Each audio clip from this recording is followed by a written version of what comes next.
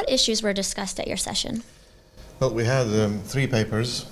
One discussed the prologue of the Gospel of John, as read by the fathers, who discovered some allusion to philosophical terms and discussed John as a new philosopher of some sort, not an ecclesiastic philosopher, but really someone presenting something new with language that would have been recognizable to his audience.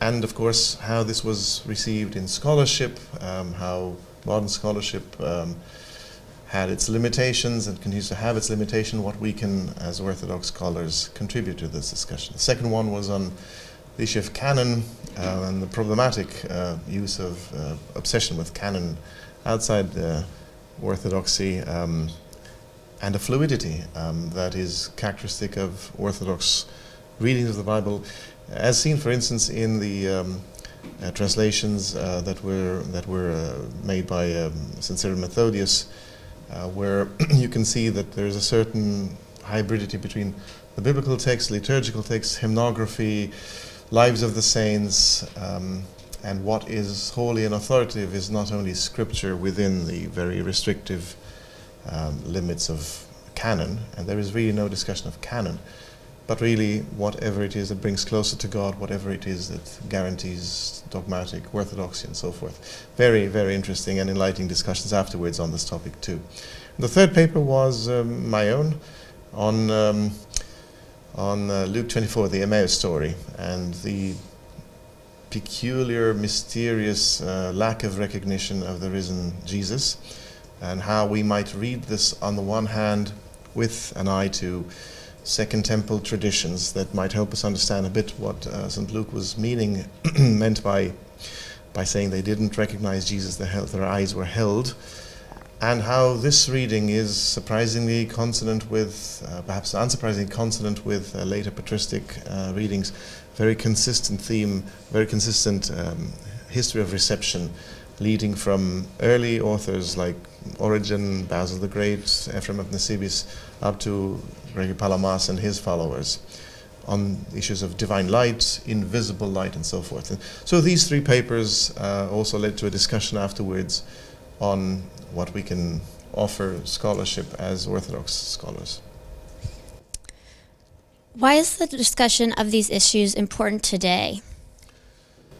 Well, everybody recognizes that there is a crisis or multiple crises in biblical studies.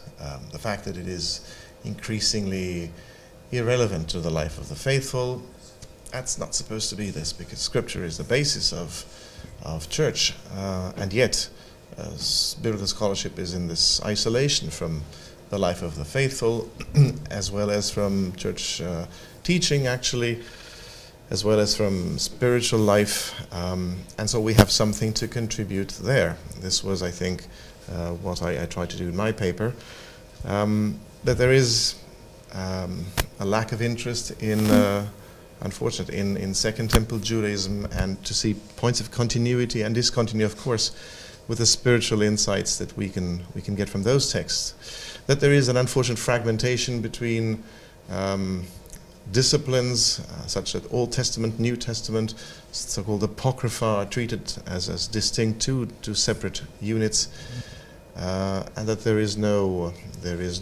sense of coherence between Scripture and tradition, between canonical and non-canonical, extra-canonical literature, even though in our practice we appeal to, for instance, to a number of non-canonical texts, as it were, to fashion our liturgical worship. And we don't seem to place strict boundaries between what's canonical Scripture and these extra-canonical materials. So what we do as scholars is to have a scholarly awareness of these issues, and to see what our tradition, what sort of resources we have to contribute creatively to the critical discussion in academia. So it's a contribution to academia. On the other hand, it is a contribution to academia that might be fruitful, in fact, I think it is, to the life of the Orthodox Church. Renewal of interest in Scripture as part of worship, as part of the life of the mystical life, as part of the communal life of the Church. I think that about covers what I want to say, yes.